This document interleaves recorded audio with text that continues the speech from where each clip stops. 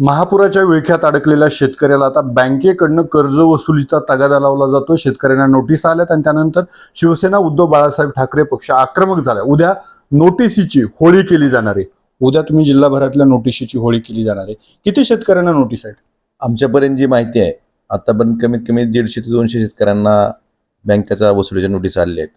आणि जिल्हा बँकेच्या वतीनं जे प्राथमिक सहकारी संस्था असतात, विकास सोसायटी, यांच्या मार्फत जवळपास जिल्ह्यात 1369 शेतकऱ्यांवर 101 ची कारवाई प्रस्तावित केली आहे।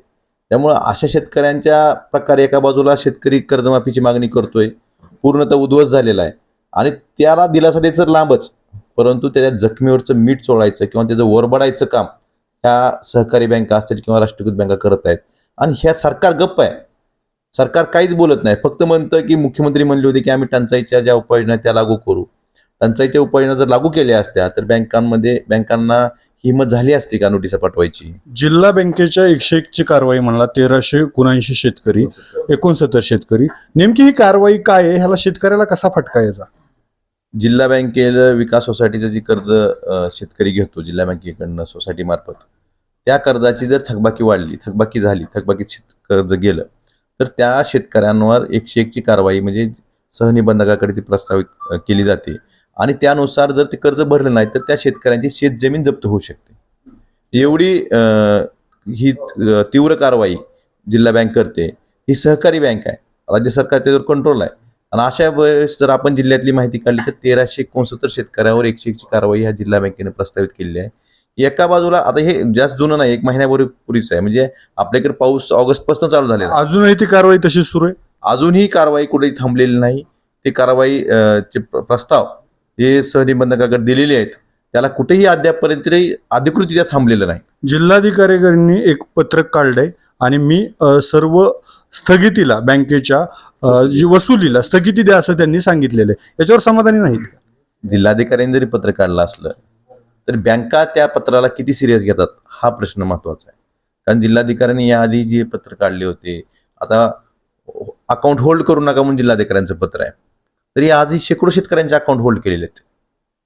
मग अशा वेळेस शासनानं शासन स्तरावरनं ठोस काहीतरी ह्या बाबतीत उपाययोजना झाल्या पाहिजेत आणि बँकांना कडक आदेश दिले पाहिजेत। आणि जर ज्या बँका पाळत नाहीत आदेश, ह्याच्यावर शासन फौजदारी गुन्हे दाखल करणार का, हाही शासनाला प्रश्न मला विचारायचा आहे। सरकार संवेदनशील नाहीये शेतकऱ्याबाबतीत? या जर उपाययोजना केल्या असत्या तर संवेदनशील वाटलं असतं। तुम्ही कर्जमाफी करायचं तर लांबच, पण शेतकऱ्यांना ज्या बँका वरबडून त्यांच्या पीक कर्ज वसुलीसाठी वरबडायचं काम चालतंय, काही बँकांनी तर खाजगी एजंट लावलेले आहेत। खाजगी एजंट त्या शेतकरी दारात जाऊन बसतात। ICICI बँकेचं मी तुम्हाला आवर्जून सांगतो ना, ICICI बँक खाजगी माणसाकडे वसुलीची काम दिलेलं आहे, ते शेतकऱ्यांच्या दारात बसून त्यात वसुली करतात। मग अशा वेळेस सरकार संवेदनशील म्हणायचं का? सरकारला हे नुकसान दिसलेलं नाही का? शेतकरी पूर्ण उद्ध्वस्त झालेला दिसलेला नाही का? तुम्ही द्यायचं तर लांबच, कमीत कमी या शेतकऱ्याकडनं ज्या बँका चुकीच्या पद्धतीने वसूल करतात ही वेळ नाही सध्या। हे तर गोष्ट थांबवा। हे सरकारच्या ज्या गोष्ट हातात होती ह्याला तर कुठले पैसे लागत नाहीत। सरकारकडे काय मागणी आहे? काय शेतकऱ्यांचं म्हणणं तुम्ही मांडले? सरकारकडे आमची एकच मागणी आहे की ज्याप्रमाणे पंजाबमध्ये हेक्टरी 50,000 प्रमाणे जी मदत पंजाब सरकार करू शकत असेल सिंगल इंजिनचं सरकार, तर महाराष्ट्राचं डबल इंजिन सरकार 50,000 रुपये हेक्टरी मदत का करू शकत नाही? आणि सगळ्यात महत्त्वाचं, योग्य वेळी जी कर्जमाफी करू म्हणजे तुम्ही मुख्यमंत्री महोदयांनी सांगितलं होतं, एवढं नुकसान झाल्यावर ही योग्य वेळ नाही का? तर 50,000 रुपये हेक्टरी पंजाबप्रमाणे मदत करावी आणि शेतकऱ्यांना तात्काळ कर्जमाफी जाहीर करावी आणि शेतकऱ्यांना नवीन कर्ज उपलब्ध करून दिलं तरच शेतकरी रब्बीची पेरणी करू शकतो।